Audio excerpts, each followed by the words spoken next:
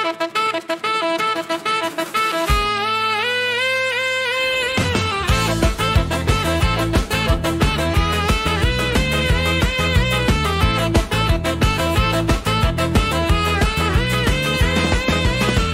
морето малък град, построен върху тресавище. Валентин и Бойко брат, две бузи на едно седалище.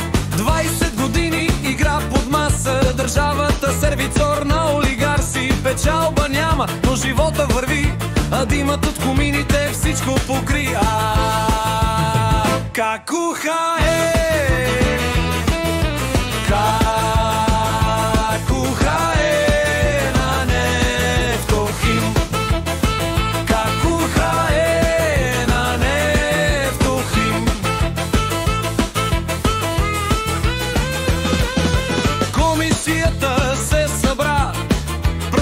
Часа опозицията дойде, но врата няма.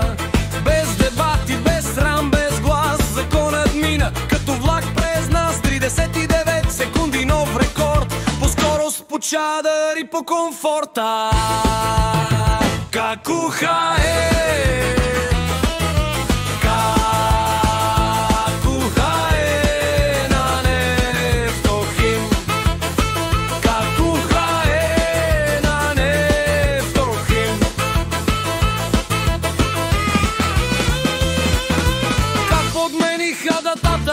За да мине без шум, комисията влезе. 39 секунди бум, одържавяване им викат, ама не така.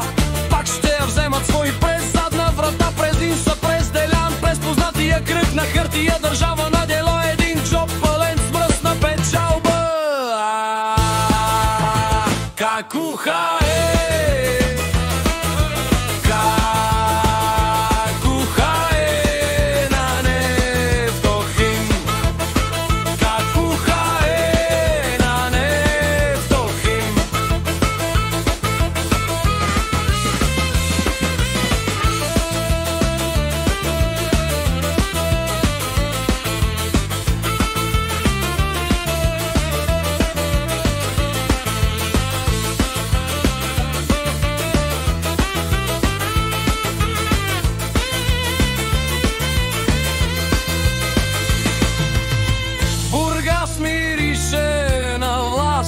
Катран, на сделка под маса и кух параван.